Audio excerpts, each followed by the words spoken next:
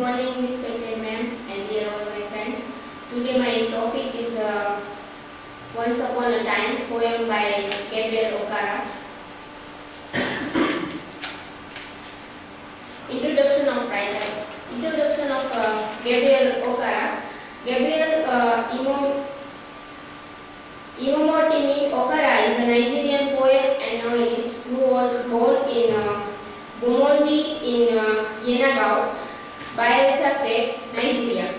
Born on 24 April 1921. Nationality Nigerian. Education from Northwestern University, Government College. He touches the heart of African peoples. He deals with much sensitive subjects like pain, suffering, and humanity in his poem. This is a poem's lyrics. About the poem, the heart is a symbol of genuine emotions, and the eye the convey of the same. Once upon a time, people used to smile and shake hands with their hearts. Though they were rooted in primitivism, the emotions their embodies were genuine. Now, in the contemporary post-colonial context, the smile is a purely plastic as it reveals only the teeth. The eyes are devoid of emotion and fades as eyes flow. They appear without the slightest trace of warmth and humanity. They search behind the speaker's shadow as their intentions and motives are not explicit.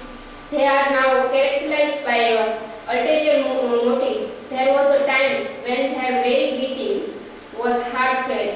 The right hand here is the metaphor for the projected intention.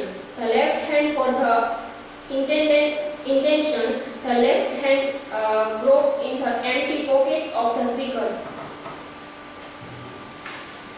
Niceties like feel at home and come again are retired just for the sake of formalities.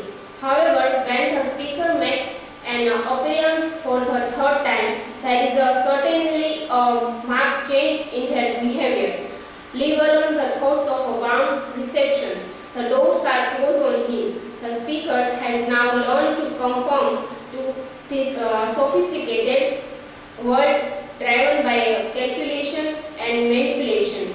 He talks of many faces that are nothing but metaphors of marks and disguise designed to suit specific needs and situations.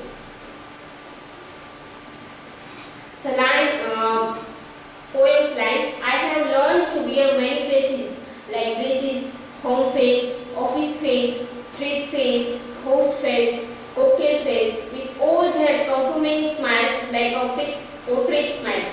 The portrait smile is a symbolic act of something that is not felt, but done purely for the sake of it. Conforming to the so-called infinite culture, the poet has attuned himself with the race and learned to smile only with his teeth and greed, without any trace of sincerity. Another stanza, I have also learned to say goodbye when I mean good readings, to say glad to meet you without being glad, and to say it's been nice talking to you after being bored. Goodbye is an expression that originated from the blessing, God be with you. Its meaning has deteriorated to good riddance. It's the pseudo-modern fast-forward life. People have lost the power to connect as human beings and communicate in naturalness. The poet tells his son that he wishes to transcend into the innocence of childhood characterized by purity, where the soul is closer to God, as Wordsworth claimed in his Intimations Ode. He wants to unlearn all the mundane things of sophistication. Particularly, he wants to relearn to smile, as now the position is becoming more obvious with the fangs showing. The showing of the fangs emblematizing how the people were transforming from their sinning disguise to shameless display of iniquity. The symbol of the snake also points to the first sin of man.